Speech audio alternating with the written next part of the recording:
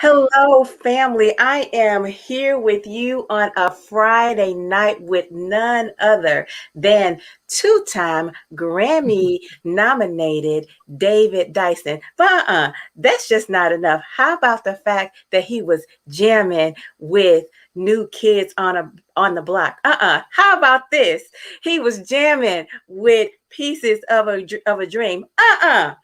How about this? He was jamming with Walter Beasley. How about this? He was the director for New Kids on the Block, the musical director. But I said all that. That ain't even it. Right here in front of you, you are looking at a man who has a mother as a minister. Now, there you go.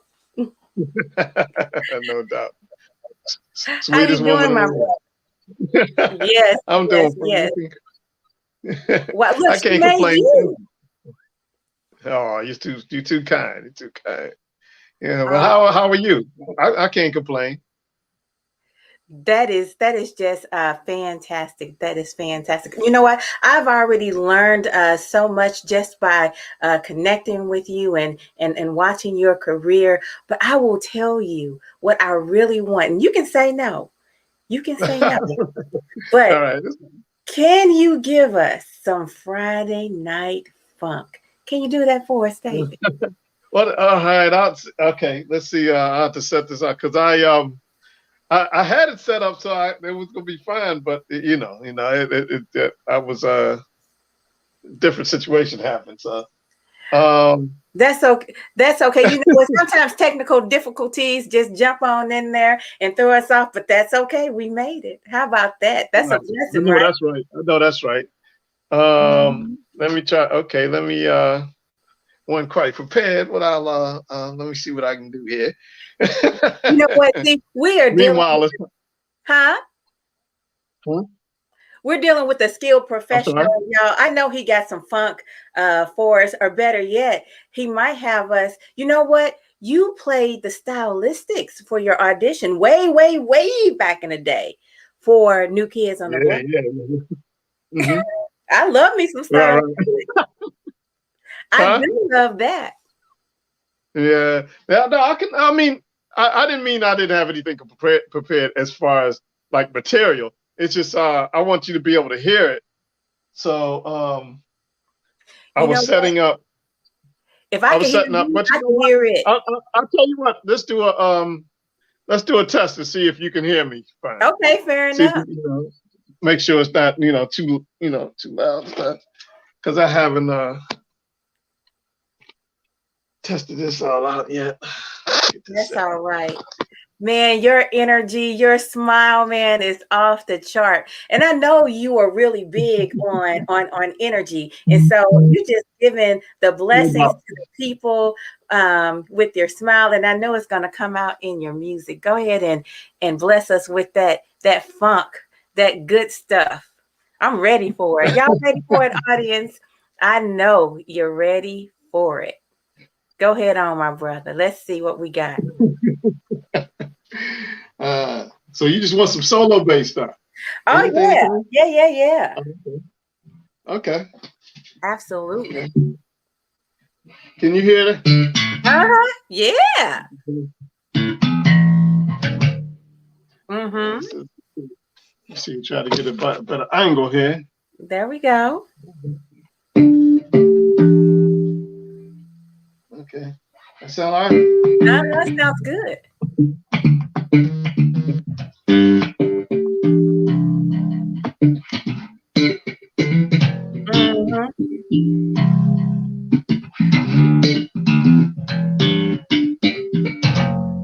Oh, yeah.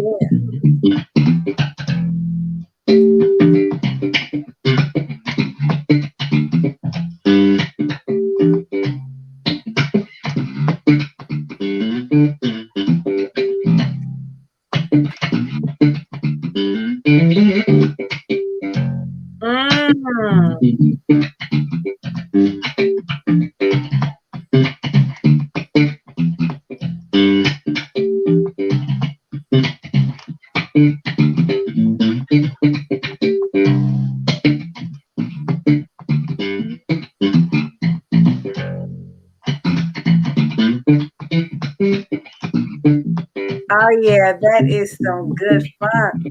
That is some good funk, man.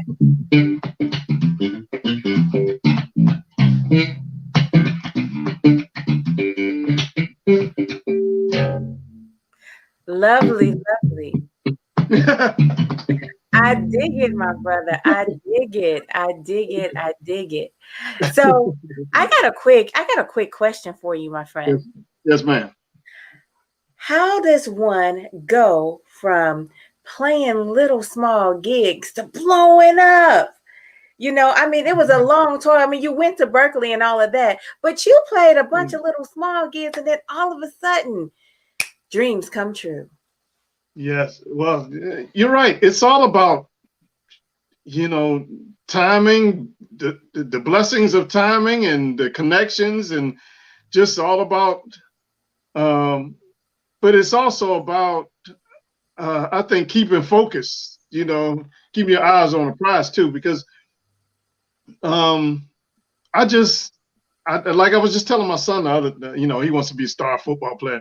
And I Oh, told him, I told him I never kept my focus off of wanting to perform on the stage. I mean, there's things, I realize there's things greater than that now, but my focus then was playing on the big stage where I'd seen Earth, Wind and Fire and P-Funk and, Mother's Finest and Zap and all these groups and Brothers Johnson and Natalie Cole and Bootsy, all these folks that I've seen live coming up on the stage. I wanted to do the same thing.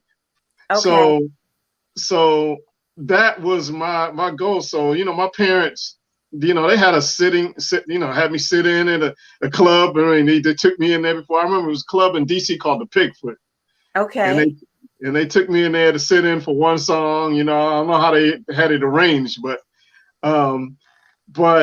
so then by the time I went to, I started doing a bunch of gospel records in town, like in Clinton, Maryland. It was I can't even remember the name of the studio, but they were just putting out from local to like people from New Jersey and surrounding states. And every weekend they were recording an artist, a gospel artist. And I would come in, they pay me like $40 or something. And I was like in my teens. But to me, shoot, I was making some money. And, it was, I was getting to cut my teeth on learning how to, learning songs quick. They would play it on the piano once, and I had to have it down next. We would go, that's in the studio. We're recording. So it's not like that prepared me to just for when I went to college. Mm-hmm. And when I got I was doing, small gigs and gigs around town until I got the call to audition for the New Kids thing and go in the studio and meet and play something for Maurice Starr. So it's all about time. It's also about connections and timing. And the person recommended me. I had done a lot of stuff for him. He knew he could call on me to do stuff around the school, and he was one of the professors at Berkeley. So that's how I got in on that. You know what, David? There were several lessons in what you said, but I'm going to give it to you short because I have a lot of people who focus on their careers, watching this show, and a lot of business owners who watch my show. And I just want to point out that David did something that I call you show your resume. I can tell somebody all day long what I can do. But even though you weren't getting paid what you wanted for your work, you were out there showing your skills, showing what you can do. And that's the value of volunteer work, or if you're a writer, just writing and putting it out there. Show your resume. Don't just, give it out, so to speak. You live it. That's right. That's right. And it thing about that, it's a lot of times you learn. For instance, when I became musical director for the New Kids, I didn't know whether or not I was prepared for it until I was thinking, oh, well, shoot, if he could do the job, I can too. Because it's at the time when the musical director got let go, I was pretty much doing what a musical director would do. Because I was like, well, dang, okay, so what did he do? But I was like, wait a minute, I was pretty much doing his job. So all I can do now is just do it better, do what I was doing better. And now I have, now I have more control, more say so. And instead of just giving the cues on the, like I was, now, in the rehearsals and stuff, I was arranging the music to the kicks. And, now instead of just, just being one of the musicians, I was the band leader. So, I had to demand the respect of, all right, let's do this now. All right, let's, it wasn't just like a band member trying to be a leader and trying to, tell everybody what to do, because there's those types too. But, I never overstep my bounds. If I get put in position and that's what I'm getting paid to do, then I'm going to do it. But that doesn't mean just because I was musical director for New Kids on the Block that I'm going to go over when I come over to Pieces or Walter Beasley or Jonathan Butler or anything, and then act like, hey, I was musical director over there, so I know what I'm doing. So no, it's not like that. They pay me to be a bass player. I come and do my job. If they ask me any questions, then of course I'm willing to help.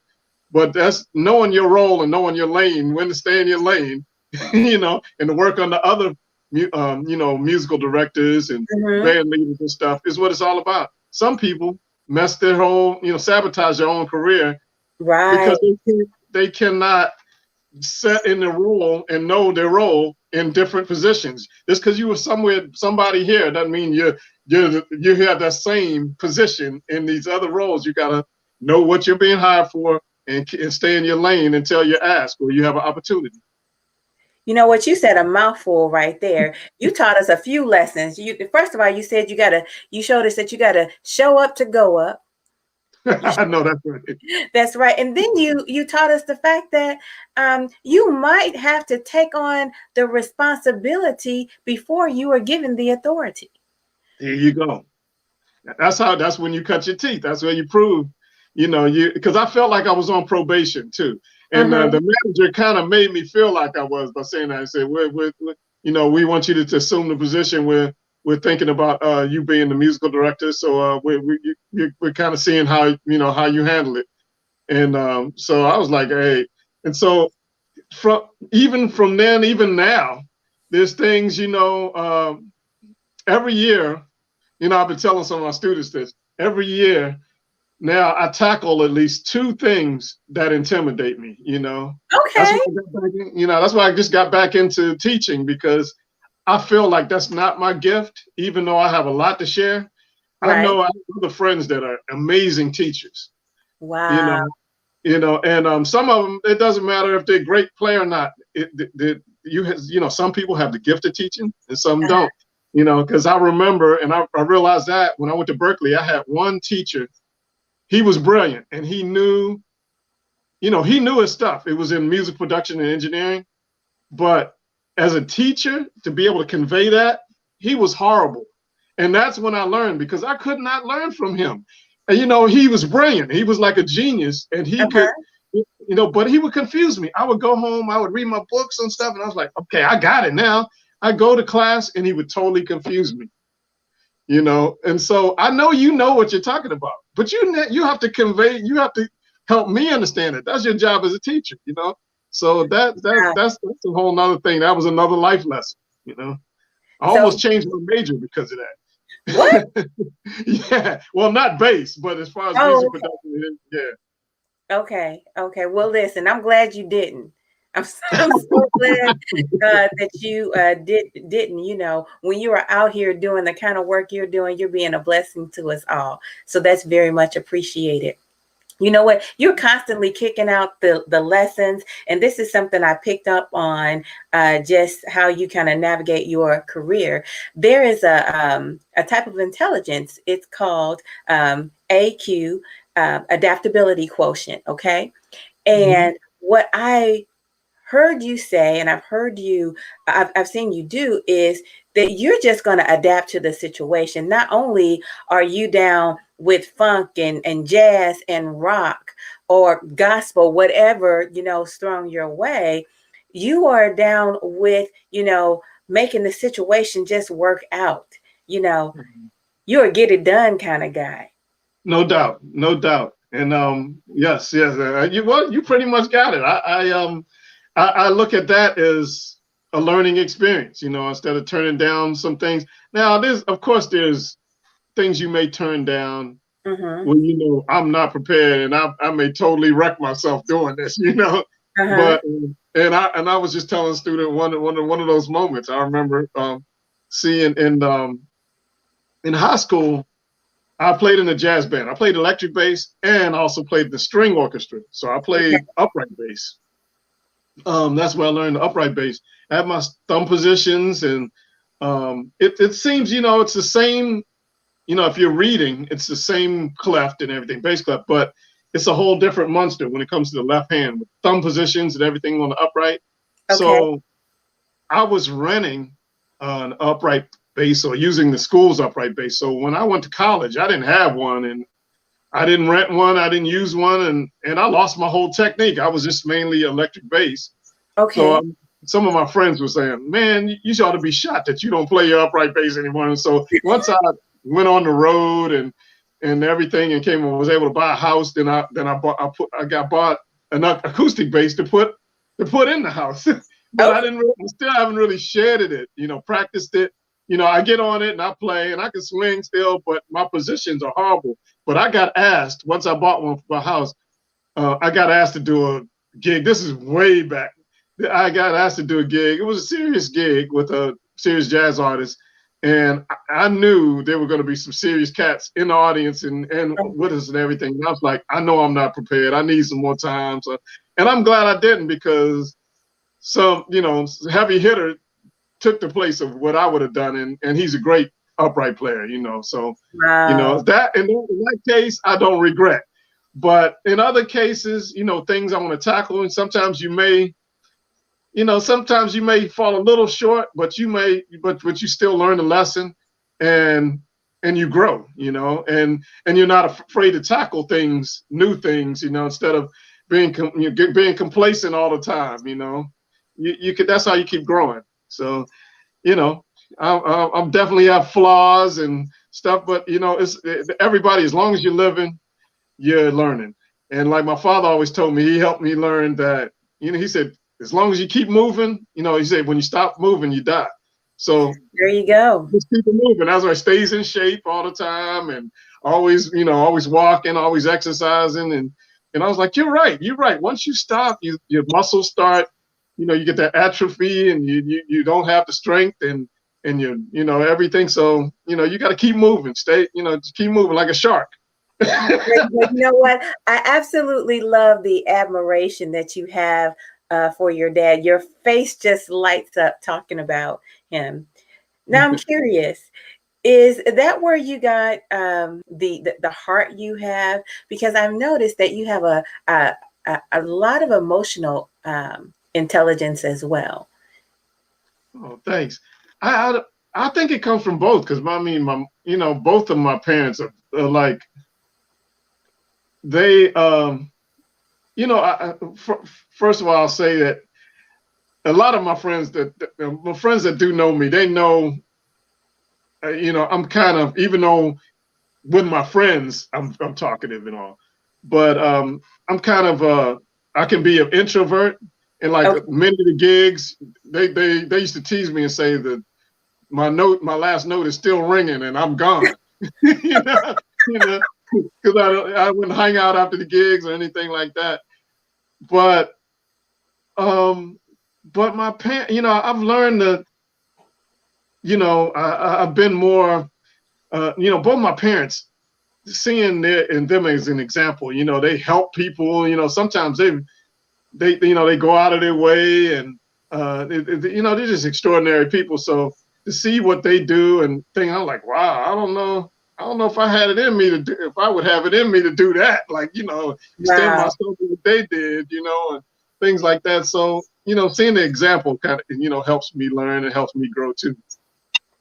You know But what? they definitely are very sweet, helpful, for instance, anytime my father, we go out, we love coffee, we go out and go for a walk. We go anywhere to eat or whatever. We're always fighting to pay for stuff. We're always fighting to pay for it. And that's how it's always. So I mean, he's always, he's like, okay, I see where this is going. I know what to do for you. Oh wow, So he's gonna prepay. yeah, yeah, There you start go. doing.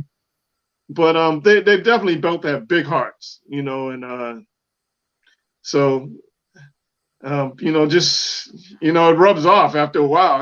I mean, but I definitely appreciative of my parents. Glad to hear, and what they have taught me. That's amazing. I love it. You know what? We are our parents' children, like it or not, whatever they poured into us or did not pour into it Mhm. to us, we are our parents' children. Now, do you use that empathy that you have to just kind of create a positive vibe and navigate your groups and how you put music together? Oh, absolutely, absolutely. I'm glad you said that because I've always been like that. The people I choose, Uh-huh. um, for groups I put together or that I'm in, they have to not only have the skills, Yeah. but I want them to have the personality and I like to laugh in rehearsal. I like to laugh even on the stage during the gig. Yeah. I want it to Okay. be easy, and it always happens. I like, just like in rehearsal, I want to be laughing on the stage. Funny things happen on the stage too. You may miss a note, or you may trip over something, or you see something, they drop something, whatever. Uh-huh. You see things in the audience that are funny. I like to keep everything easy and stress free, and we just all enjoy. And I love playing with musicians that are lighthearted and love to, not causing any trouble. That like you said before, not they're adaptable. Yeah. For instance, I when you said that, that reminded me because I know it seems like the bass player is always the last one to get a monitor. Sometimes, if there's a Okay. shortage of monitors on the stage, listen, bass player will be the last one to get. But I've adapted. I've adapted. I've never really complained. I learned not to complain. But there's certain musicians, there's certain people, certain things when it doesn't go their way, they're just in that zone and they're mad the whole time and they can't get out of it. And I've Wow. told some of my friends that are like that, I was like, come on, get out of the zone, man. Let's play, because it comes out in the music too, and people can see Yeah. that from the audience as well. And it's not worth it. Why take on that stress? It's not a big deal. You can adapt, and eventually you can adapt and play, and you don't have to. It's just you want that monitor, and some Mhm. they may want the stereo monitors, but now they have one, and they're ticked off because they wanted the stereo. It's not all that deep, man. It's not all that deep. So I'll definitely pick, musicians, and I've distanced myself from musicians that are negative all the time. I can't do it. Now, you know what? That is a lesson learned for anybody watching, that a bad attitude can keep you from your prize. Yeah, no doubt. And you're absolutely right. I say that in the bass clinics all the time. I say it doesn't matter how much you practice, if your energy and your vibe and your personality is not right, Hmm. people are not going to want to work, hire you for work, and they're not going to call you back. And they're going to remember that. And if you get a reputation, then that's it. You can forget Yeah, it. there shall be no music divas on the stage. Absolutely not. It's not. I mean, music. We're in this thing. Well, true musicians. We're in this because we love music. We love music, Right. and it's all about vibe and energy and positivity. So, you know, and just as it is, like you said, in songwriting too. Of course, there's some songs that maybe have a darker edge because of something you've that you wanted to release from your past or whatever, and you wanna put that in a song and as part of your story. But um, as for a lot of this stuff going on nowadays, the whole story, I go into it with my son all the time. There's some rap I love too that's killing too, but it doesn't. I think it's an institutional thing that they want it all to be negative now, and it's all for a reason. And I'm not even going to go into that, but I can't do it. You You know know, what? I, I'm tracking with you. I'm definitely tracking with you on that. You know what? I would be remiss if I did not ask you about your passion for songwriting. Oh yeah. Well, I think first of all, songwriting for me, I love it even more than playing. And Mm. I want to be on that next level where people are calling me more for my songs than my bass playing, and that'll actually make me happy. Right. When somebody enjoys your song, your writing, your creation that you put all your blood, sweat, and your emotion and everything in it, and your energy in it, and you wrote it because it was truly what came out of you, and not that you were thinking, oh, I want to hit, so I'm a, you constructed some, all these things that's going to make it, people buy it. They feel that love in it when it comes from you. So I was asked that on a radio station interview one time, it stuck with me. It never left me. I think it was in Morgan State, a DJ named India. She asked me, she said, do you write for people? Do you write for an audience, or do you write for yourself? I was like, I don't mean to sound selfish, but I write for myself. I'm into music. I got into music because I love it. I didn't get into music because, I wanted to, I mean, of course you want to make money, you want to make a living. Right. But I wanted to play on the stage like the other musicians and make money. And I still look at it. I said exactly what I didn't want to say. Okay. I wanted, of course you want to make money, but I wanted to get on the stage and make music is what I meant. Make music and make music that people are digging. It's that's part of the ultimate good feeling, to see people dig what you're playing or what you've created. So that's the biggest reward for me. With songwriting, yeah, I I have big respect there, and I definitely have a big passion for songwriting. So what kind of songs do you write? R&B, jazz, gospel, funk? What do you write? All of the above. And some of them have a mix, like, some have, if I have written stuff, had a fusion, kind of fusion jazz, and I've had, I've written gospel, I've written with a reggae edge. Hey. Yeah, I love reggae. I listen to that when I'm grilling. When I get on the grill, then I put on my reggae. That's the question at hand. Is barbecue beef or is it pork for you? What's on your grill? I have to say I like pork, but I grew up on pork, but now it's beef. Okay. It's beef. Now, okay, next question though. Is your barbecue sauce sweet or is it tangy? I like both. I like both, but I'll take sweet. I like a lot of southern stuff. Yeah. So when you talk to me, I know when you say barbecue, yeah. Okay, when you say barbecue, yes, pork. But if you talk about, so I know what you mean. Different people look at barbecue differently. I know what you're saying. I know what you're saying. So for us, barbecue, pork. But when it comes to I get on the grill, I'm talking about grilling. I'm not talking about just no plain old grilling with no. That's what I was thinking. No. When it comes to barbecue, no, it's pork. It's pork all the way. Okay, pork all the way. But I'll eat them both. Okay. Now this is the piece of resistance. The piece of resistance. Yes, ma'am. Are you a gas griller or are you barbecuing with charcoal? What you charcoal? Charcoal. All right, my man. Yeah, I don't want it if it's with the gas. I mean, come on, just go ahead inside and put the stuff on if you're gonna do that. Yeah. Okay, I can eat your food now. I can. Yeah. It's not grilling. To me, it's not grilling unless you lighten up the charcoal. Oh, okay, then I can eat your food. You doing it right. That's what I'm talking about. That's what I'm talking about. Listen, we have had a wonderful time here with David Dyson.